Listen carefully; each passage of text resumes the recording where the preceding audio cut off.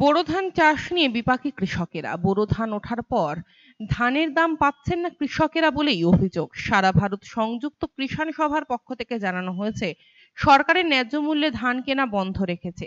ফলে কৃষকেরা তাদের উৎপাদিত ধান কম দামে বাজারে বিক্রি করতে বাধ্য হচ্ছে। এর ফলে ক্ষতির সম্মুখীন হতে হচ্ছে কৃষকদের। এখন আমি 31 বিঘার জমি ধান ধান বড় ধান আবাদ করতেছি। ধান খোলা বাজারে বিক্রি করতেছি, 16 আনা টাকা পাচ্ছি না।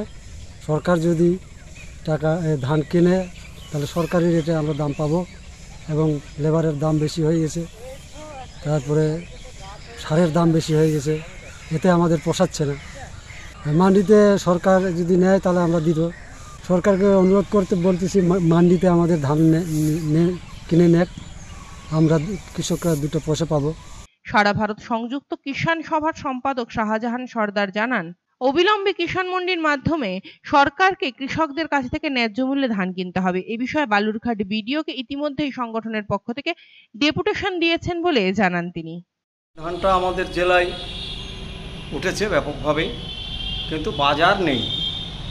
1500 টাকা কুইন্টাল মতো বিক্রি হচ্ছে বাজারে, কিন্তু সরকারি প্রচেষ্টায় কিষাণ মান্ডির মাধ্যমে যে ধান কেনা প্রয়োজন সেটা এখনও করছে না। সমস্ত কিষাণ মান্ডিগুলোই বন্ধ, তারা ধান কিনছে না। আমরা বিডিওকে ডেপুটেশন দিয়েছি, সমস্ত জায়গারই বিডিওদের সঙ্গে কথা বলেছি, এখনও খোলেনি, যেটা একান্ত দরকার, কারণ কৃষকরা দাম পাচ্ছে না।